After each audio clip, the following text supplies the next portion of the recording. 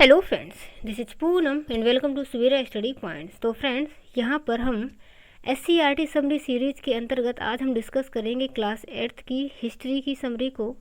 इसके अलावा class 3rd, 4th और 5th की जो EVS की समरी है उसको हम डिस्कस कर चुके हैं। तो वो वीडियो यदि आपने नहीं देखे हैं तो उन्हें भी देख लें। और ये जो SCERT की समरी है ये आपके लिए BPSC के एग्ज़ाम में काफ़ी हेल्पफुल होने वाली है। तो चलिए फ्रेंड्स, शुरू करते हैं। उससे पहले यदि आप चैनल पर नए हैं तो चैनल को सब्सक्राइब कर लें, साथ ही बेल आइकन भी प्रेस कर लें ताकि आने वाली सभी वीडियो की नोटिफिकेशन आप लोगों को मिलती रहे। तो इसका जो पहला चैप्टर है कब, कहाँ और कैसे, यानी कि यहाँ पर जो कोई घटना है वो कब, कहाँ और कैसे हुई इसके बारे में बातें की गई हैं। तो यहाँ पर जो पहला पॉइंट है, आधुनिक युग को जन्म देने वाले अनेक परिवर्तनों की शुरुआत सबसे पहले यूरोप में हुई थी। यानी कि जो आधुनिक युग है इसको जन्म देने वाले सबसे पहले जो अनेक परिवर्तन हुए उनकी शुरुआत कहाँ पर हुई थी, तो ये हुई थी यूरोप में। इसके अलावा 15वीं शताब्दी में इटली में एक नया आंदोलन हुआ जिसे पुनर्जागरण कहा जाता है। और अगला पॉइंट है कि कोलंबस ने 1492 ईस्वी में अमेरिका महाद्वीप की खोज की। और जो कोलंबस है ये स्पेन का एक प्रसिद्ध नाविक था। एंड पुर्तगाल के वास्को डी गामा ने 1498 ईस्वी में यूरोप से भारत तक के समुद्री मार्ग की खोज की थी। तो ये दोनों ही पॉइंट काफ़ी इंपॉर्टेंट हैं कि कोलंबस ने 1492 ईस्वी में अमेरिका महाद्वीप की खोज की। एंड जो वास्को डी गामा है जो कि पुर्तगाल का था, इसने 1498 ईस्वी में यूरोप से भारत तक के लिए एक समुद्री मार्ग की खोज की थी। और अगला जो पॉइंट है, 15वीं शताब्दी के अंत में यूरोप में एक नई सामाजिक व्यवस्था का जन्म हुआ जिसे पूंजीवादी व्यवस्था कहा जाता था। तो ये याद रखना है कि जो पूंजीवादी व्यवस्था है इसका जन्म कहाँ हुआ था, यूरोप में हुआ था। और कब हुआ था, तो ये हुआ था 15वीं शताब्दी के अंत में। इसके अलावा औद्योगिकीकरण की शुरुआत की यदि बात करें तो इसकी शुरुआत सबसे पहले कहाँ पर हुई थी, तो ये हुई थी इंग्लैंड में। साथ ही हम बात कर लेते हैं साम्राज्यवाद की कि साम्राज्यवाद किसे कहा जाता है। तो सैनिक अथवा अन्य तरीके से विदेशी भूभाग के प्रदेशों को अपने अधीन कर अपना राजनीतिक प्रभुत्व स्थापित कर लेना साम्राज्यवाद कहलाता है। यानी कि किसी भी विदेशी भूभाग को अपने कंट्रोल में कर लेना, वहाँ पर अपना जो राजनीतिक प्रभुत्व है वो स्थापित कर लेना ही साम्राज्यवाद कहलाता है। 18वीं शताब्दी के उत्तरार्ध को आधुनिक युग का प्रारंभ माना जाता है। तो ये पॉइंट भी आपको याद रखना है कि 18वीं शताब्दी के उत्तरार्ध को आधुनिक युग का प्रारंभ माना जाता है। यानी कि आधुनिक युग का जो प्रारंभ है ये कब से माना जाता है, तो ये माना जाता है 18वीं शताब्दी के उत्तरार्ध से। एंड उपनिवेशवाद की यदि बात करें तो जब एक देश के लोग किसी दूसरे देश पर अपना वर्चस्व स्थापित करते हैं तब दूसरा देश पहले देश का उपनिवेश बन जाता है। इसके अलावा एक इम्पोर्टेंट पॉइंट आपको याद रखना है कि 19वीं शताब्दी के आखिरी से हर 10 साल में जनगणना शुरू हुई। यानी कि जो जनगणना मतलब हर 10 साल में जनगणना होगी, ये कब से स्टार्ट हुई थी, तो ये हुई थी 19वीं शताब्दी के आखिरी से। और आगे बात कर लेते हैं कि भारत में कैमरे का इस्तेमाल 1850 ईस्वी के दौरान हुआ। तो ये भी आपको याद रखना है कि जो कैमरे का इस्तेमाल है भारत में कब से हुआ था, तो ये हुआ था 1850 ईस्वी के दौरान। साथ ही भारतीय उपमहाद्वीप में देश कौन कौन से हैं, तो ये हैं भारत, नेपाल, बांग्लादेश, भूटान, मालदीव और पाकिस्तान। तो यहाँ से भी क्वेश्चन पूछ ही लिया जाता है कि ऐसे कौन कौन से देश हैं जो भारतीय उपमहाद्वीप के अंतर्गत आते हैं, या इनमें से कौन सा ऐसा देश है जो भारतीय उपमहाद्वीप में नहीं आता। तो इस टाइप के कुछ क्वेश्चन बन जाते हैं। तो ये आपको याद रखने हैं कि जो भारतीय महाद्वीप के देश हैं वो कौन कौन से हैं। इसके अलावा म्यांमार तत्कालीन वर्मा, यानी कि म्यांमार को पहले वर्मा के नाम से जाना जाता था, और जो श्रीलंका है इसको सीलोन के नाम से जाना जाता है। तो ये पुराने नाम भी आपको याद रखने हैं।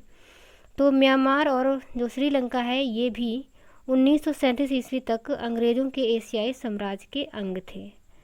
आगे बात कर लेते हैं कि 1912 ईस्वी में बिहार व उड़ीसा को बंगाल से अलग करके एक नए प्रांत का गठन किया गया था। तो ये आपको याद रखना है कि 1912 में बिहार और उड़ीसा को किससे अलग किया गया था, तो ये किया गया था बंगाल से, और अलग करके एक नए प्रांत का गठन किया गया था।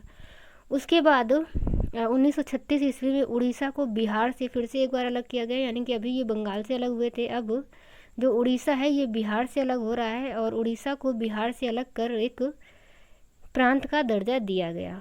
साथ ही आगे अगर बात करें 15 नवंबर 2000 को बिहार से उसके दक्षिण पठार क्षेत्र को अलग कर पृथक झारखंड राज्य गठित किया गया। यानी कि एक बार फिर से बिहार का पृथक्करण हुआ और जो बिहार का दक्षिणी पठारी क्षेत्र है उसको अलग करके एक नया राज्य झारखंड बनाया गया। आगे हम बात कर लेते हैं अमेरिकी स्वतंत्रता संग्राम की। तो ये 19 अप्रैल 1775 से 3 सितंबर 1783 तक का टाइम पीरियड है जो अमेरिकी स्वतंत्रता संग्राम है। और जो फ्रांसीसी क्रांति है ये हुई थी 1789 में। इसके अलावा जो इसका नारा था प्रमुख वो क्या था, स्वतंत्रता, समानता और बंधुत्व। तो ये नारा भी आपको याद रखना है कि जो फ्रांसीसी क्रांति है इसका नारा क्या था, स्वतंत्रता, समानता और बंधुत्व। आगे हम बात कर लेते हैं अगले पॉइंट की। तो 1817 ईस्वी में स्कॉटलैंड के अर्थशास्त्री, इतिहासकार एवं राजनीतिक दार्शनिक जेम्स मिल ने 3 खंडों में हिस्ट्री ऑफ इंडिया नाम से एक किताब लिखी। तो ये पूछा जा सकता है कि जो हिस्ट्री ऑफ इंडिया बुक है ये किसकी है, तो ये है जेम्स मिल की। और जो जेम्स मिल है ये कहाँ के थे, ये स्कॉटलैंड के थे। और इन्होंने ये पुस्तक कब लिखी थी, तो ये लिखी थी 1817 ईस्वी में। और ये कितने भागों में डिवाइड थी, तो ये थी 3 खंडों में डिवाइड थी। तो ये सारी चीज़ें आपको याद रखनी हैं। इसके अलावा राष्ट्रीय अभिलेखागार दिल्ली में है और नेहरू स्मारक पुस्तकालय ये भी दिल्ली में है और सच्चिदानंद सिन्हा पुस्तकालय ये पटना में है। आगे यदि हम बात करें मुंशी प्रेमचंद्र द्वारा लिखित रचनाएं गोदान, गबन और कफन। और ये जो रचनाएं हैं ये तत्कालीन परिस्थितियों पर आधारित थीं, यानी कि उस टाइम जो परिस्थितियां थीं देश की, तो उन्हीं परिस्थितियों पर आधारित ये रचनाएं हैं, उन्हीं परिस्थितियों को दर्शाती हैं। तो ये रचनाएं जो मुंशी प्रेमचंद्र की हैं काफ़ी इम्पोर्टेंट हैं और लगभग हर एग्ज़ाम में ही पूछी जाती हैं, तो ये आपको याद रखनी है, गोदान, गबन और कफन। आगे हम देख लेते हैं चैप्टर 2, भारत में अंग्रेजी राज्य की स्थापना। काफ़ी इम्पोर्टेंट है ये और यहाँ पर कई इम्पोर्टेंट चीज़ें आपको देखने को मिलेंगी। तो इसको भी समझ लेते हैं कि भारत में अंग्रेजी राज्य की स्थापना किस तरीके से होती है, यहाँ पर ये समझाया गया है। तो 15वीं शताब्दी के आसपास यूरोप के व्यापारियों ने लाल सागर से होते हुए स्थल मार्ग से भारत आना शुरू कर दिया था। कब से, 15वीं शताब्दी से, और कहाँ से, लाल सागर से होते हुए। इसके अलावा वास्को डी गामा जो है, तो वास्को डी गामा के बारे में हम बता ही चुके हैं कि वास्को डी गामा ने 1498 ईस्वी में अफ्रीका के केप ऑफ गुड होप से होते हुए भारत के पश्चिमी तट पर स्थित कालीकट बंदरगाह पर पहुंचा। यानी कि जो वास्को डी गामा आया था तो ये यूरोप से होते हुए पहुंचता है अफ्रीका, और अफ्रीका का जो सबसे दक्षिणी बिंदु है केप ऑफ गुड होप, जिसे आशा अंतरिक्ष भी कहते हैं, वहाँ से होते हुए यानी कि उस पॉइंट को टच करते हुए ये भारत आया था। और भारत के पश्चिमी तट पर एक बंदरगाह स्थित है, कालीकट बंदरगाह, तो वहाँ पर ये पहुँचा था। एंड वहाँ का जो शासक था उसने इसका स्वागत भी किया था और व्यापार करने की इसको अनुमति दी थी। तो भारत से गरम मसाला लेकर अपने यहाँ इसने 60 गुना लाभ कमाया था। तो जो वास्को डी गामा है ये भारत से गरम मसाला लेकर के गया था और अपने यहाँ इसने 60 गुना लाभ कमाया था। तो इसी को देख करके ही और भी यूरोपवासी हैं वो प्रभावित हुए थे भारत आने के लिए, भारत से व्यापार करने के लिए। क्योंकि कोई भी व्यक्ति यदि 60 गुना लाभ कमा रहा है तो 60 गुना लाभ कमाना बहुत बड़ी रकम होती है, यानी कि बहुत बड़ा लाभ होता है। तो इस तरीके से फिर वहाँ के लोग जो पुर्तगाली नहीं मतलब पूरे यूरोप के ही लोग, क्योंकि जो पुर्तगाल है वो यूरोप में ही है, तो इस तरीके से पूरे जो यूरोपवासी हैं वो धीरे धीरे करके एक एक करके भारत आना स्टार्ट हुए और भारत से व्यापार करना उन्होंने शुरू किया था। आगे यदि हम बात करें 31 दिसंबर 1600 ईस्वी में लंदन में ईस्ट इंडिया कंपनी की स्थापना की। इंग्लैंड की महारानी एलिजाबेथ फर्स्ट ने इस कंपनी को 15 वर्षों के लिए पूर्व के देशों के साथ व्यापार का एकाधिकार प्रदान कर दिया था। यानी कि इसी क्रम में जो अंग्रेज़ हैं वो भी आए थे और अंग्रेज़ों ने 31 दिसंबर 1600 ईस्वी में लंदन में ही ईस्ट इंडिया कंपनी की स्थापना की थी। और जो महारानी हैं, इंग्लैंड की महारानी थी उस टाइम, एलिजाबेथ फर्स्ट, इसने इस कंपनी को 15 वर्षों के लिए पूर्व के देशों के साथ व्यापार का एकाधिकार प्राप्त कर दिया था। यानी कि इसी कंपनी को एक अधिकार होगा जो पूर्व के देशों के साथ व्यापार कर सकती है। और ये अधिकार कितने वर्षों के लिए दिया था, ये दिया था 15 वर्षों के लिए। इसके अलावा सोरा की यदि बात करें तो ये इम्पोर्टेंट पॉइंट है कि जो सोरा है ये बारूद बनाने के काम आता है और इसका जो रासायनिक नाम है ये होता है पोटेशियम नाइट्रेट। आगे हम बात कर लेते हैं इंग्लैंड की ईस्ट इंडिया कंपनी ने भारत में कई जगहों पर, मतलब वो जो इंग्लैंड की ईस्ट इंडिया कंपनी है तो ईस्ट इंडिया कंपनी ने कई जगहों पर अपनी कंपनियां बनाई थी। एक तो जैसे सूरत हो गया, मसूलीपट्टनम, हुगली, पटना, कासिम बाजार आदि जगहों पर अपनी फैक्ट्रियां स्थापित की थी। आगे हम बात कर लेते हैं फ्रांसीसियों का जो प्रधान कार्यालय था ये पांडिचेरी में था। यानी कि कोई भी जो यूरोप वासी आता था, किसी भी देश से जब लोग आते थे तो वो अपना एक कार्यालय बनाते थे। भाई जब काम काज करेंगे तो कहीं ना कहीं उनका ऑफिस भी होना चाहिए। तो इस वजह से जो फ्रांसीसियों का प्रधान कार्यालय था ये पांडिचेरी में था। और आगे हम बात कर लेते हैं जो बंगाल है ये मुग़ल साम्राज्य का एक धनी और बड़ा प्रांत था। यानी कि उस टाइम जो बंगाल है ये काफ़ी समृद्ध प्रांत था, काफ़ी समृद्ध राज्य था। तो इस वजह से जो अंग्रेज़ हैं तो अंग्रेज़ों ने मतलब बंगाल को हथियाने के लिए काफ़ी कुछ किया था और यही सारी चीज़ें यहाँ पर डिस्कस भी की गई हैं। उसके बाद जो अगला एक पॉइंट है कि मुर्शिद कुली खां के बाद अलीवर्दी खां 1740 ईस्वी में बंगाल का नवाब बना। तो जो मुर्शिद कुली खां था इसको औरंगज़ेब ने बंगाल का सूबेदार बनाया था, किंतु जब औरंगज़ेब की मृत्यु हो गई तो मुर्शिद कुली खां ने अपने आप को एक स्वतंत्र शासक घोषित कर लिया और बंगाल का नवाब बन गया। तो मुर्शिद कुली खां के बाद अलीवर्दी खां बनता है 1740 ईस्वी में। और जब अलीवर्दी खां की मृत्यु हो जाती है तो अलीवर्दी खां का जो नाती था सिराजुद्दौला, तो सिराजुद्दौला वहाँ का नवाब बनता है। आगे यदि बात करें कि बंगाल में पहली जो अंग्रेज़ी फैक्ट्री है वो 1651 ईस्वी में हुगली नदी के किनारे शुरू की गई, जिसे बाद में फोर्ट विलियम के नाम से भी जाना गया था। तो अब हम यहाँ पर पढ़ेंगे सिराज के बारे में, क्योंकि अलीवर्दी खां की जब मृत्यु हो गई उसके बाद जो उसका नाती है सिराजुद्दौला खां ये नवाब बनता है बंगाल का। तो आगे देख लेते हैं मुग़ल सम्राट जो फरुखसियर था एक 1717 ईस्वी में शाही फरमान जारी किया, जिसके अंतर्गत कंपनी को 3000 वार्षिक कर के अलावा अन्य सभी करों से मुक्त कर दिया गया और बंगाल में व्यापार करने की अनुमति दे दी गई। यानी कि जो फरुखसियर था तो फरुखसियर ने 1717 में एक फरमान जारी किया था और फरमान ऐसा था कि जो अंग्रेज़ हैं वो सिर्फ 3000 वार्षिक रुपए दे दें एक साल में, और उसके अलावा फिर उन्हें कोई कर नहीं देना होगा और वो कर मुक्त व्यापार कर सकते हैं। तो ये फरमान जारी कर दिया था। और जो सिराजुद्दौला था सिराजुद्दौला इसका विरोध कर रहा था, क्योंकि इससे जो भारत के व्यापारी थे, मतलब जो बंगाल के व्यापारी थे, तो उनको घाटा हो रहा था। क्योंकि जब एक ऐसा व्यापारी है जिससे कर नहीं लिया जा रहा है तो उसका सामान सस्ता रहेगा तो उसी की ज़्यादा बिक्री होगी, और एक ऐसा व्यापारी है जिससे कर लिया जाता है तो उसका सामान महंगा रहेगा। तो इस कारण से जो बंगाल के व्यापारी थे उनसे कर लिया जाता था, तो कर जब वो देंगे तो फिर उनका सामान भी महंगा होगा।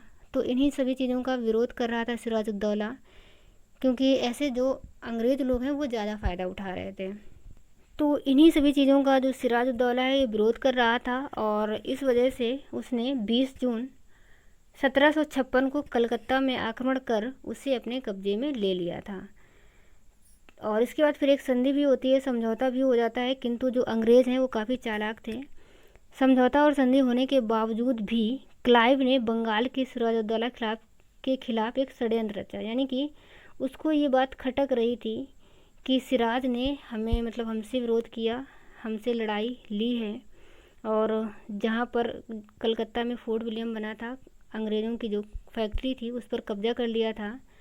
तो इस वजह से जो क्लाइव है उसने सिराजुद्दौला के खिलाफ एक षड्यंत्र रचा। यानी कि उसने सोचा कि जो सिराजुद्दौला है इसको ख़त्म करना है, तो इस वजह से वो एक षड्यंत्र रचता है। और षड्यंत्र में उसने क्या किया कि जो मीर जाफ़र था, सिराज का ही सेनापति था मीर जाफ़र, और राय दुर्लभ दीवान था, और जो जगत सेठ है, ये 3 प्रमुख आदमी थे सिराजुद्दौला के, जो सिराजुद्दौला का साथ देते थे। तो इन तीनों आदमियों को क्लाइव ने अपने साइड मिला लिया। और उसके बाद फिर इसी तरीके से प्लासी युद्ध की पृष्ठभूमि बनती है। यानी कि फिर प्लासी का युद्ध होता है जून 1757 में। तो इस टाइम क्या होता है कि ये युद्ध होता है 23 जून 1757 को प्लासी नदिया जिला भागीरथी नदी के तट पर। तो एक तरफ क्लाइव की सेना थी और एक तरफ सिराजुद्दौला की सेना थी, और जो सिराजुद्दौला की सेना थी वो आपको पता ही पता ही है कि ये कैसी सेना थी, ये थी धोखेबाज सेना। तो ऐसे में क्या होता है कि नवाब की सेना हार जाती है और सिराजुद्दौला मारा जाता है। और सिराजुद्दौला जब मारा जाता है तो फिर मीर जाफ़र को बंगाल का नवाब बनाया जाता है, क्योंकि जो अंग्रेज़ों ने वादा किया था मीर जाफ़र से कि यदि आप हमारा साथ देते हैं तो आपको बंगाल का नवाब बना दिया जाएगा। तो इसी वजह से मीर जाफ़र ने अंग्रेज़ों से हाथ मिलाया था। तो इसके बाद जब सिराजुद्दौला मारा गया तो फिर मीर जाफ़र बंगाल का नवाब बनता है। तो इसी के बाद फिर जो अंग्रेज़ हैं ये किंग मेकर की भूमिका में आ गए थे, क्योंकि अब जो अंग्रेज़ हैं वो राजा को बनाने लगे थे। तो यहाँ पर जो मीर जाफ़र है, मीर जाफ़र को बंगाल का नवाब किसने बनाया था? अंग्रेज़ों ने बनाया था। तो इस वजह से प्लासी के युद्ध के बाद जो अंग्रेज़ हैं वो किंग मेकर की भूमिका में आ जाते हैं। इसके अलावा जो प्लासी का असली नाम है ये फलासी था, यानी कि प्लासी का असली नाम प्लासी नहीं था बल्कि फलासी था, जिसको कि अंग्रेज़ों ने प्लासी बोला, मतलब कि उन्होंने बिगड़ करके उसको प्लासी कर दिया। इसके अलावा 1760 ईस्वी में अंग्रेज़ों ने मीर जाफ़र को हटाकर मीर कासिम को बंगाल का नवाब बनाया। अब ऐसा करने की ज़रूरत क्यों पड़ी? क्योंकि जो मीर जाफ़र था तो मीर जाफ़र से ये लोग जो अंग्रेज़ थे ये टैक्स लेते थे कि आप हमें इतना इतना रुपए देते रहें तो आप नवाब बने रहेंगे। और मीर जाफ़र इन सभी चीज़ों से तंग आ गया था। तो जब वह मना करने लगा तो इस टाइम फिर अंग्रेज़ों ने मीर जाफ़र को हटा करके मीर कासिम, जो कि मीर जाफ़र का ही दामाद था, तो मीर कासिम ने अपनी राजधानी मुर्शिदाबाद से मुंगेर स्थानांतरित की थी। और मुंगेर में क्यों स्थानांतरित की? क्योंकि जो अंग्रेज़ हैं वो काफ़ी दखल देते रहते थे। तो इससे तंग आ करके मीर कासिम ने अपनी राजधानी मुर्शिदाबाद से मुंगेर स्थानांतरित कर ली थी। इसके अलावा यहाँ पर हम एक पॉइंट देख लेते हैं, दस्तक। तो दस्तक वह प्रमाण पत्र था जो अंग्रेजी फैक्ट्री का अध्यक्ष कंपनी के सामान के संबंध में देता था, जिससे उस सामान के व्यापार पर चुंगी नहीं लगती थी। आगे हम देखेंगे बक्सर का युद्ध। तो बक्सर का युद्ध से पहले एक चीज़ जान लेते हैं कि जो मीर कासिम था इसने अपनी राजधानी मुर्शिदाबाद से मुंगेर स्थानांतरित करने के अलावा और भी काम किए थे, जैसे कि उसने जो अपने सैनिक थे उनको यूरोपीय ढंग से प्रशिक्षण दिलवाया था, क्योंकि वह अंग्रेज़ों से मुकाबला करना चाहता था। इस वजह से उसने अपने सैनिकों को यूरोपीय ढंग से प्रशिक्षण दिलवाया। साथ ही जो फर्रुखसियर ने फरमान जारी किया था 1717 का, तो अंग्रेज़ उसका दुरुपयोग कर रहे थे। तो इस वजह से जो मीर कासिम है उसने सभी शुल्कों को समाप्त कर दिया सभी व्यापारियों के लिए, यानी कि जो बंगाल के व्यापारी थे उनसे भी उसने कर लेना बंद कर दिया। तो जब किसी भी व्यापारी से कर नहीं लिया जाएगा तो सामान सस्ता हो जाएगा बंगाल के व्यापारियों का भी। तो इन्हीं सभी चीज़ों से जो अंग्रेज़ हैं वो चिढ़ जाते हैं और तब बक्सर के युद्ध की पृष्ठभूमि बनती है। और ऐसे में क्या होता है कि जो अंग्रेज़ थे उन्होंने मीर कासिम को हटा करके फिर से मीर जाफ़र को नवाब बना दिया था। तब जो मीर कासिम है ये मतलब मीर कासिम ने फिर अंग्रेज़ों के ख़िलाफ़ एक सैन्य गठबंधन बनाया। तो सैन्य गठबंधन किसका किसका, यानी कि उसने सहायता मांगी किससे किससे? मुग़ल बादशाह शाह आलम द्वितीय से, और अवध का जो नवाब था शुजा-उद-दौला, एंड मीर कासिम खुद था। तो ये तीन सैन्य गठबंधन बना इन तीनों का, यानी कि जो मीर कासिम है इसने मुग़ल बादशाह शाह आलम द्वितीय और अवध का जो नवाब था शुजा-उद-दौला इनसे मदद मांगी और उन्होंने सहायता की भी थी। तो ये जो सैन्य गठबंधन है ये एक तरफ होता है और एक तरफ होता है अंग्रेज़ का जो सेनापति है हेक्टर मुनरो। तो दोनों सेनाएं आपस में फिर बक्सर के जो युद्ध भूमि थी वहाँ पर मिलते हैं और बक्सर का युद्ध होता है 1764 ईस्वी में। और यहाँ पर जो अंग्रेज़ हैं ये विजय हुए थे। तो सही मायने में अंग्रेज़ यहाँ पर विजय हुए थे, जबकि जो प्लासी का युद्ध था तो वहाँ पर तो धोखे की जीत हुई थी। लेकिन यहाँ पर ये अंग्रेज़ जो है ये वास्तव में विजय हुए थे और जो सैन्य गठबंधन है इनकी हार यहाँ पर हो जाती है। तो परिणाम स्वरूप क्या हुआ कि 1765 ईस्वी में शुजा-उद-दौला और शाह आलम द्वितीय ने इलाहाबाद में क्लाइव के साथ संधि पर हस्ताक्षर किए, क्योंकि युद्ध के बाद संधियाँ होती हैं, यानी कि कुछ ना कुछ समझौता होता है। तो इस तरीके से जो 1764 का बक्सर का युद्ध था उसके बाद भी एक संधि हुई, इलाहाबाद की संधि, जो कि 1765 ईस्वी में होती है। शुजा-उद-दौला और शाह आलम द्वितीय ने इस संधि पर हस्ताक्षर भी किए थे। और इस समझौते में क्या हुआ था कि समझौते के अनुसार 20 लाख रुपए वार्षिक के बदले अंग्रेज़ों ने बादशाह से बंगाल, बिहार, उड़ीसा की दीवानी ले ली थी। तो आप लोग देख सकते हैं कि धीरे धीरे ये सारे हिस्से अपने साम्राज्य में मिलाते चले जा रहे थे, यानी कि अब इन्हें बंगाल भी मिल गया था, बिहार भी मिल गया था और उड़ीसा भी मिल गया था। दीवानी से मतलब है कि वहाँ की जो लगान होती है, कर वगैरह होता है, तो उनका सभी का अधिकार अब अंग्रेज़ों को मिलेगा और बदले में वह सिर्फ 20 लाख रुपए ही बादशाह को देंगे और उसके अलावा जो भी बंगाल, बिहार, उड़ीसा का जो भी प्रॉफिट होगा वो सारा का सारा कौन लेगा? अंग्रेज़ लेंगे। आगे अगर बात करें, सहायक संधि को स्वीकार करने वाला पहला जो शासक था वो था हैदराबाद का निजाम और दूसरा शासक था अवध का नवाब। मैसूर की यदि बात करें तो मैसूर वर्तमान कर्नाटक में है और दक्षिण भारत का काफ़ी समृद्ध और ताकतवर राज्य था। तो मैसूर में शासक कौन था उस टाइम? हैदर अली था और हैदर अली का जो पुत्र था टीपू सुल्तान।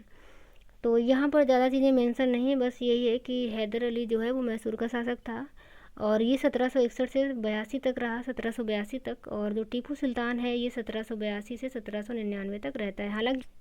हालांकि जो हैदर अली और टीपू सुल्तान हैं और अंग्रेज़ों के मध्य युद्ध भी हुए थे, किंतु यहाँ पर जो आपकी ये बुक है SCERT की, यहाँ पर युद्ध के बारे में बताया नहीं गया है, तो हमने भी उन पॉइंट्स को लिया नहीं है। हमने यहाँ पर उन्हीं पॉइंट्स को लिया है जो आपकी बुक में मेंशन है। इसके अलावा आगे यदि हम बात करें, मालाबार तट से होने वाले व्यापार से कंपनी काली मिर्च और इलायची खरीदती थी जो मैसूर के नियंत्रण में था। तो टीपू सुल्तान ने 1785 में अपने राज्य में पड़ने वाले बंदरगाह से चंदन की लकड़ी, काली मिर्च और इलायची के निर्यात पर रोक लगा दी थी। आगे अगर बात करें तो टीपू ने फ्रांसीसियों से मित्रता भी की थी और उसने अपनी सेना को प्रशिक्षण दिलाने में मदद भी ली थी। यानी कि जो टीपू है इसने फ्रांसीसियों से मित्रता की थी और अपनी सेना को प्रशिक्षण भी दिलवाया था। और आगे यदि बात करें तो 1799 में लॉर्ड वेलेजली ने सहायक संधि का प्रस्ताव भेजा, किंतु टीपू ने इनकार कर दिया था। तो वेलेजली ने आक्रमण कर दिया और टीपू मारा गया। तो 1799 में श्रीरंगपट्टनम की संधि होती है और जो टीपू सुल्तान था इसको शेर मैसूर के नाम से भी जाना जाता है। और टीपू की मौत के बाद कंपनी ने वेडियार राजवंश को मैसूर दे दिया था। इसके अलावा 1761 में पानीपत का तृतीय युद्ध हुआ था, तो ये भी आपको याद रखना है। आगे यदि बात करें विलय नीति, तो विलय नीति जो है ये लॉर्ड डलहौजी लाए थे।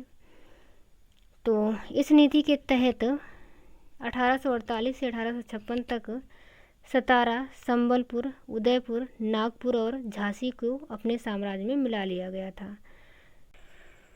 तो ये आपको याद रखना है कि जो विलय नीति है ये कौन लाया? लॉर्ड डलहौजी लाया। इसके अलावा पीछे अभी हमने सहायक संधि की भी बात की थी, तो जो सहायक संधि है उसके जनक कौन थे? वो थे लॉर्ड वेलेजली। तो दोनों ही आपको याद रखना है क्योंकि इनमें काफ़ी ज़्यादा कन्फ्यूजन हो जाती है और क्वेश्चन यहाँ से पूछे जाते हैं। आगे हम देख लेते हैं अगला चैप्टर, ग्रामीण जीवन और समाज। तो जो हमारा भारत है ये एक कृषि प्रधान देश है। इसके अलावा यहाँ पर स्थायी बंदोबस्त, रैयतवाड़ी व्यवस्था और महलवाड़ी व्यवस्था लागू की गई थी। तो तीनों को समझ लेते हैं। सबसे पहले यदि हम बात करें स्थायी बंदोबस्त की, तो इसे जमींदारी व्यवस्था भी कहा जाता है और ये 22 मार्च 1793 में लॉर्ड कॉर्नवालिस द्वारा लागू की गई थी। तो जो जमींदारी व्यवस्था है इसमें क्या होता था कि जो कुछ किसान थे तो किसानों की भूमियों को एक जमींदार के अधिकार क्षेत्र में दे दिया गया था और वो जमींदार ही वहाँ से जो भी कर है लगान वसूली करता था और बाद में वो अंग्रेज़ों को देता था। तो ये जमींदारी व्यवस्था थी। रैयतवाड़ी व्यवस्था की यदि बात करें तो यहाँ पर जो मालिक होते थे वो किसान ही होते थे, यानी कि किसान सीधे ही अंग्रेज़ों को टैक्स देते थे। और रैयतवाड़ी व्यवस्था थॉमस मुनरो लाए थे, यानी कि जो रैयतवाड़ी व्यवस्था के जनक हैं वो थॉमस मुनरो हैं। इसके अलावा जो थॉमस मुनरो हैं ये मद्रास के गवर्नर भी रहे थे 1820 से 1827 तक। और जो रैयतवाड़ी व्यवस्था है ये कहाँ पर लागू की गई थी? तो ये बॉम्बे और मद्रास में। और सर्वप्रथम ये 1792 ईस्वी में मद्रास के 12 महल ज़िले में शुरू हुई थी। और ये काफ़ी इम्पोर्टेंट क्वेश्चन है कि जो रैयतवाड़ी व्यवस्था है सबसे पहले कहाँ पर लागू की गई थी? तो ये लागू की गई थी मद्रास के 12 महल ज़िले में। आगे हम बात कर लेते हैं महलवाड़ी व्यवस्था की। तो गांव का मुखिया लगान की वसूली करता था, यानी कि जो महलवाड़ी व्यवस्था थी उसमें जो गांव का मुखिया होता था वो लगान की वसूली करता था। और इसके जो जनक हैं वो हैं लॉर्ड विलियम बेंटिंग। और इसका प्रस्ताव किसने दिया था? तो ये दिया था हाल्ट मैकाजे ने। इसके अलावा ये व्यवस्था कहाँ पर लाई गई थी? तो ये पंजाब, हरियाणा, उत्तर प्रदेश के इलाके में लाई गई थी। आगे हम बात करें प्रिंसिपल्स ऑफ पॉलिटिकल इकोनॉमिक्स, ये बुक है, ये किसने लिखी है? तो ये लिखी है जॉन स्टुअर्ट मिल ने। और कब पब्लिश हुई थी? तो ये पब्लिश होती है 1848 में। इसके अलावा जो दक्कन का विद्रोह है इसके बारे में भी जान लेते हैं। दक्कन का विद्रोह हुआ था 1875 में, रैयतवाड़ी व्यवस्था लागू होने की वजह से हुआ था, क्योंकि जो रैयतवाड़ी व्यवस्था लागू हुई थी तो वहाँ पर जो टैक्स लिया जाता था, तो टैक्स मतलब किसानों को कुछ हो, अनाज उसमें हो या ना हो, उनको टैक्स देना ही पड़ता था। तो इस चक्कर में वो साहूकारों से उधार ले लेते थे, और क्योंकि वो पढ़े लिखे तो थे नहीं, तो साहूकार भी एक का चार बताते थे, उसमें ब्याज पे ब्याज बताते चले जाते थे। तो इस चक्कर में जो किसान है वो परेशान हो करके उन्होंने विद्रोह कर दिया था। तो ये दक्कन विद्रोह हुआ था 1875 में। महाराष्ट्र के पुणे और अहमदनगर जिला के किसानों ने विद्रोह किया था।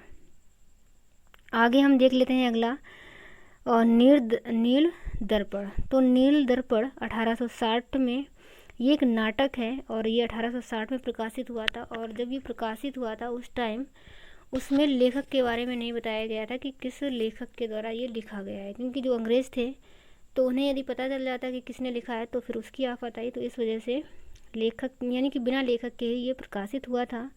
और इस नाटक में किसानों की दुर्दशा का वर्णन मिलता है। और वैसे इसके लेखक हैं कौन? तो इसके लेखक हैं दीनबंधु मिश्र। और इसका जो अंग्रेजी में अनुवाद है वो किसने किया है? तो वो किया है मधुसूदन दत्त ने। नाटक का जो प्रमुख पात्र था वो था गुलुक चौधरी, यानी कि इसमें गुलुक चौधरी नाम का एक किसान होता है जिसके बारे में बताया गया है। और इसके अलावा अंग्रेज़ों के समय बिहार में जो था, मतलब कौन सी व्यवस्था थी? तो अंग्रेज़ों के समय बिहार में स्थायी बंदोबस्त की व्यवस्था अपनाई गई थी। आगे हम देख लेते हैं बिहार में नील खेती मुख्य रूप से उत्तर बिहार के चंपारण और मुजफ्फर जिले तथा भागलपुर और शाहाबाद में की जाती थी। गया जिला अफीम उत्पादन में प्रथम स्थान में था, तत्कालीन बंगाल प्रांत में था। यानी कि जो गया नाम का स्थान है यानी जिला है वो उस टाइम बंगाल प्रांत में था, क्योंकि जो बिहार है ये बंगाल से ही अलग हुआ है, पीछे हमने बताया है। तो जो गया है ये बंगाल प्रांत में था और अफीम उत्पादन में प्रथम स्थान में था। इसके अलावा बिहार में दो तरीके से नील की खेती की जाती थी। जिरात, तो जिरात कैसे की जाती थी कि अंग्रेज अपनी देख रेख में ही मज़दूरों से खेती करवाते थे। और असामी बार में क्या होता था कि जो बगान मालिक था वो रैयत को उनके व्यय की ज़मीन पर नील की खेती करने के लिए बाध्य करता था। और जो तिनकठिया प्रणाली है ये चंपारण में तिनकठिया पद्धति से खेती कराई जाती थी। जो तो तिनकठिया का क्या मतलब है कि जैसे कि आप एक खेत है आपको कोई एक, तो उसके आपको 3 भाग में नील की खेती करनी है और एक भाग में आप मतलब आप जो कुछ करना चाहें। तो ये थी तिनकठिया पद्धति। तो ये कहाँ पर हुई थी? ये चंपारण में इस तरीके से नील की खेती करवाई जाती थी। तो चलिए फ्रेंड्स, आज हमने ये 3 चैप्टर लिए हैं क्लास 8 की जो SCERT हिस्ट्री की बुक है। आगे हम अगले चैप्टर डिस्कस करेंगे। तो तब तक के लिए bye bye and take care.